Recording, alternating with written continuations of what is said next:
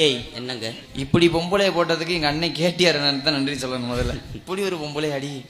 நான் பொம்பளை கிடையாது. அப்புறம் நல்லா இருக்கு. நான் உண்மையிலேயே என்னத்த சொல்ல என்ன.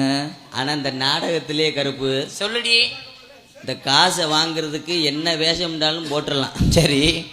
ஆனா இந்த பொம்பளை வேஷம் போடுறது ரொம்ப சிரமம்டா. ஏன்டி இப்படி சொல்ற?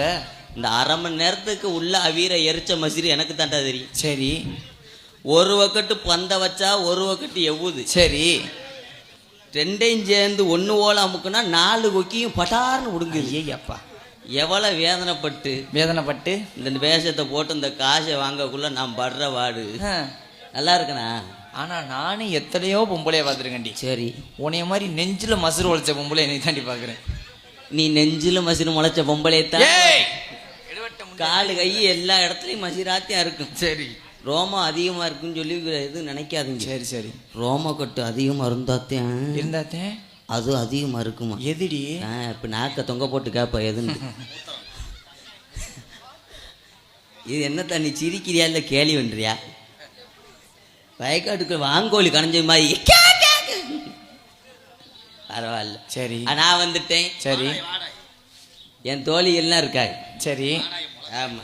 எனக்கு எத்தனை பேர் தெரியுமா? என்னடி எத்தனை பேரு? ஆனா எனக்கு நடந்தது மாதிரி யாருக்கு நடக்கப்படாது. அப்படி என்ன நடந்துச்சு? பொண்ணா பிறந்ததுக்கு சரி எடைக்காட்டூர்ல மண்ணா பிறந்திருக்கலாம். ஏன்டி இப்படி சொல்ற? 4 பேர் சேர்ந்துக்கிட்டாது வயல்ல வயக்காட்டுல உழுவ போட்டு உழுதிருப்பாங்க. அப்படி வருத்தப்படாது. அப்படி என்னதான் நடந்துச்சு? ஏன் கேக்குறீங்க? யாரு? ஆமா, நீ வந்து உழுதுட்டாலும் 4 சால் அடிச்சிட மாட்ட. மூடிட்டு உக்காரு. ஒரே ஜாலில் கொழுவை முறிச்சே விழுவேன். போறான் நம்பி ஏமாந்து போயிடாத. 10 பைசாக்கு பிரயோஜனம் இல்லை. உன் கைலிக்குள்ளே என்ன கிடக்கு அதுதான் இங்கேயும் கிடக்கு. 2 பேரும் டிங்கான்னு கிட்டிதான் அடிச்சு விளையாட முடியும். அப்புறம் ஆமாம், நீ வாட்டுக்கு வந்து ஆசையில் திறந்து பார்த்தேன்னா பட்டார்னு கருங்குளத்தை முனி அடிச்சிட போகிறான். அதோட கோடாங்கிதான் டுண்டுன்னு மானாமதுரை பஸ் ஸ்டாண்ட்லேயே தெரிய வேண்டியது. சரி. உன் புருஷன் என்ன வேலை பார்க்குறாரு? புருஷனா வயசுக்கு வந்ததை கேளு. என்னடி சொல்ற? வயசுக்கு வந்துட்டியா? பிறந்ததுலேருந்து ரொம்ப நாளாக வயசுக்கே வரல. சரி. நானும் போகாத ஆளு இல்லை வைத்தியம் பார்க்கறதுக்கு. அதான பார்த்தேன். ஆளுகள்லாம் சொன்னாங்கன்ட்டு மானாமதுரையில் ஒரு மிகப்பெரிய மூலிகை வைத்தியரை சந்திச்சு. மூலிகை வைத்தியர்? ஆமாம். அவர் பேர் இருட்டா புருட்டா. இது என்னடி புது பேரா இருக்கு? புத்தூர் கட்டு பாண்டி. அவங்க தம்பி மையண்டா. ஆமா, இவர் பேர் இருட்டா புருட்டா. சரி சரி. அவர் நான் சொல்றதும் பேர் ஏத்து கட்டுனா செய்வனை வச்சு விட்டுருவேன். சரி சரி சொல்றீங்க. இருட்டா புருட்டா. அவர்கிட்ட போய் ஐயா வயசுக்கு வரதுக்கு ஏதாவது மருந்து இருந்தா கொடுங்கன்னு கேட்டேன். சரி. அப்பத்தான் அந்த வைத்தியர் சொன்னார். என்ன சொன்னாரு? வயக்காட்டுல ஒரு மூலிகை இலை கிடக்கு. சரி. அதை போய் புடுங்கிட்டு வந்து அம்மியில வச்சு அரைச்சு சாறு எடுத்து குடிச்சேன்டா நீ வயசுக்கு வந்துருன்னு சொன்னார். ஓஹோ. நானும் ஆசையில அந்த தகவலை வந்து எங்க அம்மாட்ட சொன்னேன். சரி.